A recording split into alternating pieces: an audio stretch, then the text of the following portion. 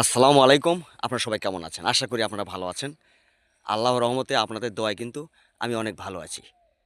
তো ভালোর মধ্যেই কিন্তু একটু কষ্টে আছি। তো কষ্টটা কি দেখেন, আপনার সমাজে কিন্তু কোরআনের কথা বললেই কিন্তু দুশমন হয়ে যাবেন। যে নবী কোরআন প্রতিষ্ঠিত করতে যায় কিন্তু রক্তাক্ত হইছেন, মার খাইছেন, দাঁত দিতে হইছে। এই কোরআনের কথা আল্লাহর দেওয়ার কোরআন প্রতিষ্ঠিত করতে যায়। এই কোরআনের কথা আপনার সমাজে বলবেন, মানুষের কাছে বলবেন, বিশ্বাস করবে না। এখন ভুয়া কোরআন চলছে সমাজে, গ্রামে। ভুয়া কোরআন এটা কার? এটা হলো শয়তানের। আপনি মাকেও বিশ্বাস করাতে পারবেন না কোরআনের কথা। সঠিক কোরআনের কথা বললে আপনি মাকেও বিশ্বাস করাতে পারবেন না। কেননা বাপ দাদার আমলে মায়েরা কোনো এই সঠিক কোরআন মোতাবেক চলে নাই, হাদিস কোরআন মোতাবেক চলে নাই।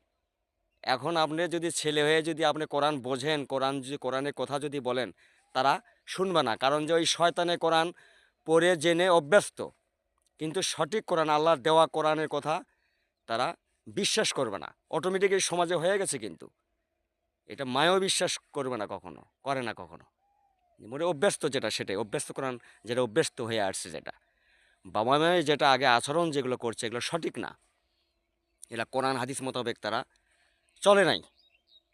এখন বর্তমান এই সময়ে কিন্তু এই সঠিক কোরআনের গমরটা আপনার প্রকাশ হয়ে গেছে, সবাই জানে।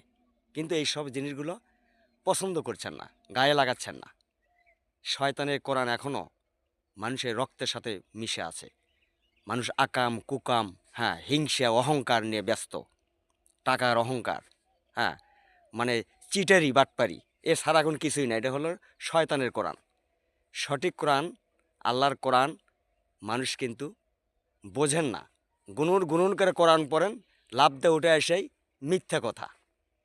এই হলো কোরআনের এখন নীতি। তো যাই হোক, সবাই ভালো থাকবেন, বুঝে শুনে কমেন্ট করবেন, ঠিক আছে? ওকে, ধন্যবাদ।